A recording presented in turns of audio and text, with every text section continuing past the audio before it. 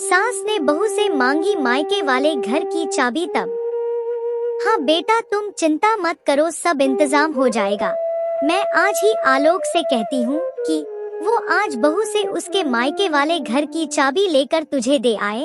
तू पैकिंग शुरू कर दे, 1-2 दिन में ही उस घर में शिफ्ट हो जाना। कावेरी जी अपनी बेटी कोयल से बात करके अपने बेटे आलोक को सब बताने लगी। बेटा, तेरी दीदी का उसके ससुराल में रहना मुश्किल हो गया है। शिवांगी बहू के मायके वाला घर खाली पड़ा है। बहू से उस घर की चाबी ले ले और कोयल को लेकर वहाँ अच्छे से शिफ्ट करा।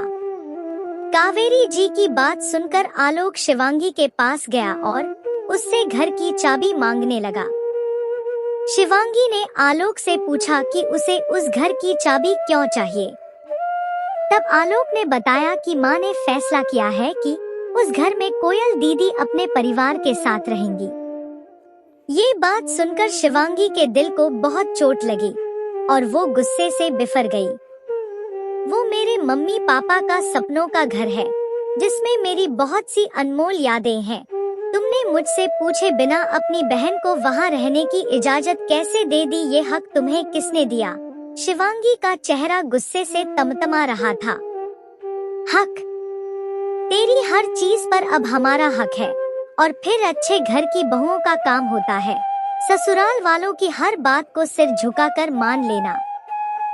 और फिर तेरे मम्मी पापा के मरने के बाद वो घर खाली ही तो पड़ा है।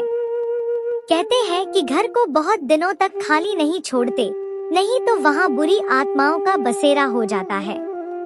तुझे तो खुश होना चाहिए कि तेरी ननद और उसका परिवार उस घर में रहेगा, तो उस घर की साफ सफाई भी होती रहेगी।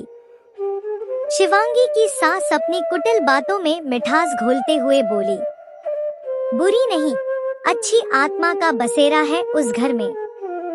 आप लोगों की कुटिलता और चालाकी मुझे सब समझ में आती है।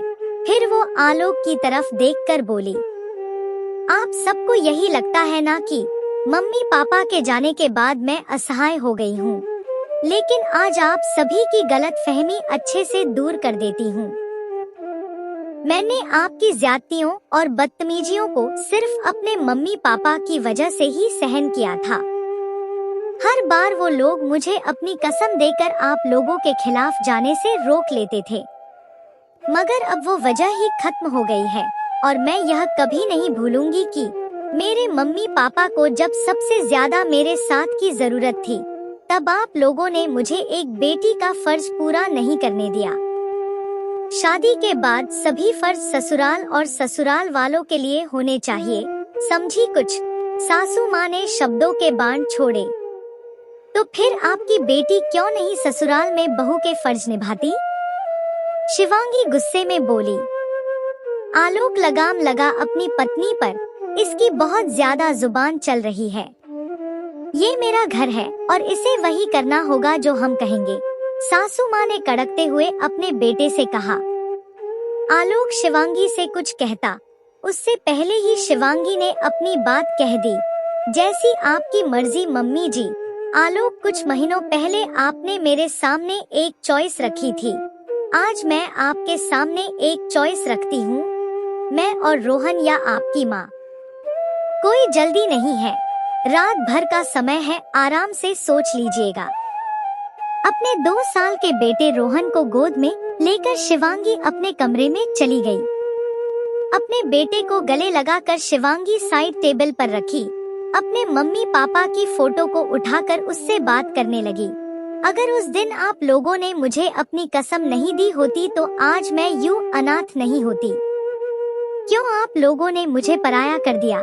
मैं तो आपका बेटा थी, आप सबसे यही कहते थे ना, तो फिर क्यों मुझे बेटे के फर्ज से दूर रखा? शिवांगी अपने मम्मी पापा की इकलौती बेटी थी। 3 साल पहले उसकी शादी आलोक से हुई थी। आलोक एक बहुत ही समझदार पति है, मगर उसकी सारी समझदारी उसकी माँ और बहन के आगे गायब हो जाती थी। माँ के तेज तर्रार स्वभाव के कारण घर में हमेशा कलेश रहता था। कोयल माँ की परछाई है, उसने भी अपने ससुराल का माहौल कलेश से भर दिया था। अपने पति को बहला फुसलाकर उसने घर का बंटवारा करवा दिया था और अब अपना हिस्सा लेकर अलग हो रही है। कोयल का ससुराल और शिवांगी का मायका एक ही शहर में है। कुछ महीने पहले शिवांगी की मम्मी की तबीयत खराब हो गई थी। उसके पापा अकेले ही सब संभाल रहे थे।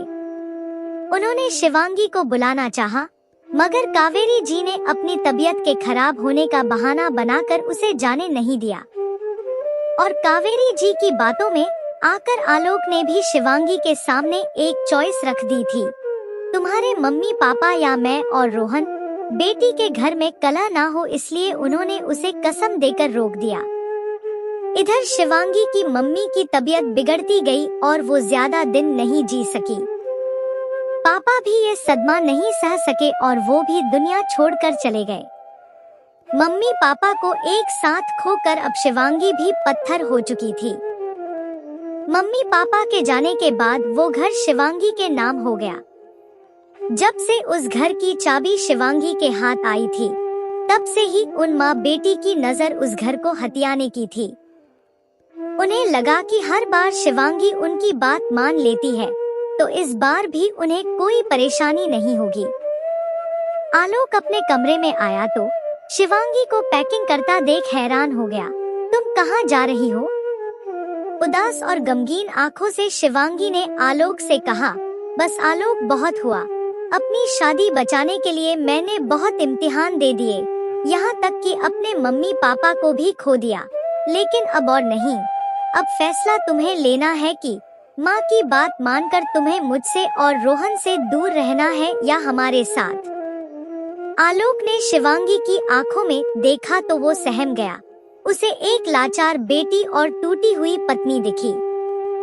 कुछ देर तक शिवांगी और रोहन को देखने के बाद उसने फैसला ले लिया और कावेरी जी के पास गया। आलोक को देखकर कावेरी जी बोली, ले आया चाबी, ला मुझे दे। नहीं माँ, चाबी नहीं लाया और अब इसकी जरूरत भी नहीं है। आपकी जली कटी बातें और ताने सुनकर भी शिवांगी ससुराल में सब संभाल सकती है तो दीदी क्यों नहीं? और आप ही ने कहा कि शादी के बाद सभी फर्ज ससुराल और ससुराल वालों के लिए ही होने चाहिए, तो दीदी को भी अपना फर्ज निभाना चाहिए। आज के बाद मैं शिवांगी के साथ कुछ गलत नहीं होने दूंगा। आलोक की बातें सुनकर कावेरी जी के तो होश उड़ गए। उन्हें समझ में आ गया कि अब उनका सपनों का घर धराशायी होने वाला है।